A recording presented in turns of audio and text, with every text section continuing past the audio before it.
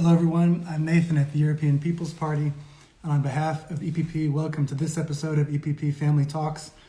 This week we have a special focus on the launch on the Conference on the Future of Europe, and today we have the pleasure to welcome with us Vice Chair of the EPP Group in the European Parliament, Frances Fitzgerald. I'm just trying to connect with her now. So I think we've got it. This is always an adventure. Welcome to all of our viewers. I see many of you already joining, several dozen of you in fact. Hello, Frances Fitzgerald, how are you? I'm very well. Good evening, Nathan. How are you? I'm doing great. This is my first time, I have to say, doing this Instagram live all by myself. So it worked in the end. Oh, well, let's hope it works today. Great. Well, thanks so much for joining us. I just mentioned we have a special focus this week on the launch on the Conference on the Future of Europe. So you're one of our featured guests, and I want to just say, in introducing you, you're a former Tánaiste of the Republic of Ireland, a former minister since 2019, now serving in your first mandate in the European Parliament, representing Dublin from our EPP member party, Fine Gael. And so what better person could we have to speak with us about this important topic? Thanks so much for joining us. Delighted to.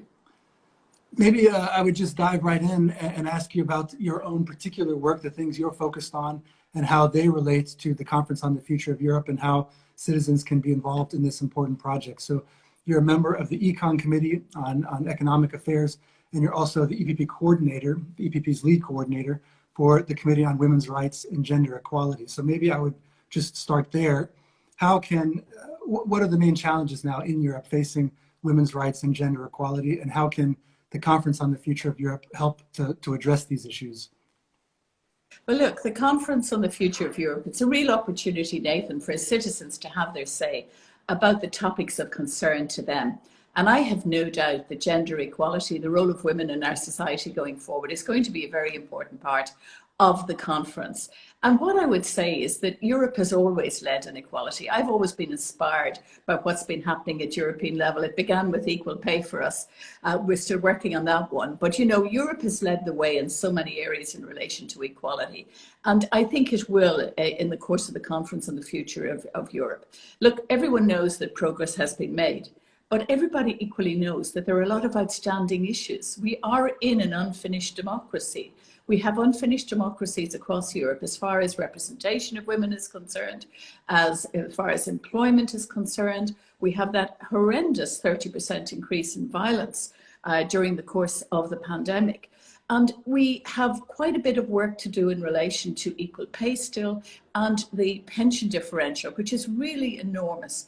And these are very big economic issues for all our member states as well, because not having women in the kind of employment, whether it's STEM, digital AI, that's going to impact on the economies of Europe over the next number of years. So it's not just, if you like, a personal, a social issue. It's a big economic issue if we don't have real equal opportunities for women, you know, to have their voices heard, to participate in our economies. So I think the Conference on the Future of Europe will examine how do we accelerate this, particularly when you see all of the money that's coming from Europe into our member states. We've got to make sure that these funds target women as well as men and support women as well as men. I think that's a very good point you make about these issues being not only about rights, let's say, or equality, but also about prosperity and growth. And I would just maybe take a parenthesis here and welcome all of our viewers. Once again, I see Alfred, Camila, I see John Coughlin. Thanks to all of you who are joining. So how, maybe to say a word more about just how the process itself might work with regards to women's participation or these issues being addressed in particular. What should we expect as far as the actual process, and how can that achieve this outcome which you've been Well, talking look, about? I think, what we'll see across Europe, you'll see different models of engagement. I think sometimes it will be led by, political parties creating the opportunities. Sometimes it will be led, by citizens groups, those who are involved and interested in the future of Europe. I think you will have lots of different initiatives, and there's, about a year where we can, create forums where people can discuss what's on their mind. Now, I think what would be on European citizens' minds would be the recovery from COVID. I think it will be the job prospects for our young people and creating employment, helping businesses to recover. I think it will be health issues as well. So I think COVID-19 recovery, jobs and employment, health issues will be amongst those really important topics that will be discussed. I imagine in groups up and down our member states. I mean, in Ireland, we've had a citizens' assembly where we've had 100 citizens examine really important topics, supported by a good secretariat, given the opportunity to meet over a series of weekends to discuss important issues for us here in Ireland. And then that has influenced the political process. So I think you'll see lots of engagement because, everyone is keen to make this really an opportunity to listen to our citizens and then see what change is needed in order to deliver for citizens. So we've worked at a European level on health issues, but there isn't if you like, a European competence on that. But we have seen how in relation to COVID, how we've worked together with some difficulty at the start, but improving as we've gone on. And we would never have been able to cope as individual member states, for example, with the procurement of vaccines. So I think if citizens want to see more of that, for example, when we're trying to beat cancer, we've got to work together because the innovation that's required, the drugs that are required, the research that's required, absolutely needs Europe coming up with Europe-wide solutions. That's how we beat it. And Manfred Weber has, had this great initiative on cancer. And we've really seen how Stella, our commissioner, has taken that on board. And we now have this Beating Cancer plan. And, we've got to work together. So it may be that some changes would be necessary at European level in order to deliver for the citizens. But it has to be to deliver in a better way for the citizens, not just change for the sake of change, Let me pick up very concretely on that last point you made about the cancer plan. I know you've talked a lot about this recently. You praised Joe Biden for his own sort of moonshot initiative, and he recently talked about this in his speech to the joint session of Congress. Of course, you mentioned Manfred Weber's plan and the work of Stella Kyriakides, our EPP commissioner from Cyprus.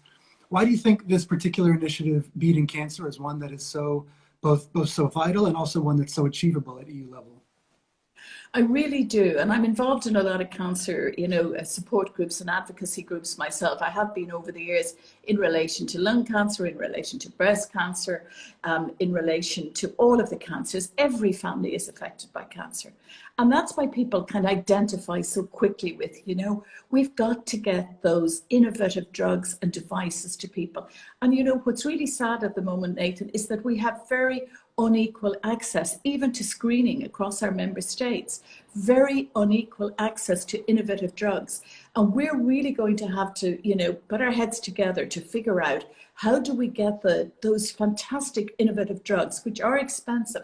How do we work out procuring those ourselves? The HPV vaccine, how do we work out how we procure those so that every member state has them and we can make them accessible? So I think this is what citizens want to see. The added value of Europe. Europe has always given added value and leadership. And I think that that's why people have taken so readily to working on this, and like Stella's leadership on it, where we're taking the different cancers and saying, this is the best practice. Let's have best practice networks, help our researchers to get together. Brilliant doctors across Europe, brilliant researchers, but unequal access. So this is the next big thing we have to do in relation to health at European level, in my view. You've talked about engagement, listening to citizens, addressing citizens' concerns, value added. I want to just segue off of that theme and sort of pan out a bit and look a bit west, but also a bit inward, and that is with regards to the recent Trade and Cooperation Agreement, the TCA, which was ratified by the European Parliament and by the Council at the end of April. This is something you and other EPP and other EU leaders have commented on a lot recently. When we look back 5 years, 5 years ago, it was almost exactly 5 years ago, June 2016, that the Brexit referendum took place. When we look back over these last 5 years, what do you think the lessons for the EU are and should be with regards to that referendum, that vote? And then back to our sort of overall theme of the Conference on the Future of Europe, how can this process now being launched this Sunday help to address perhaps some similar kinds of concerns, among the EU 27 as well?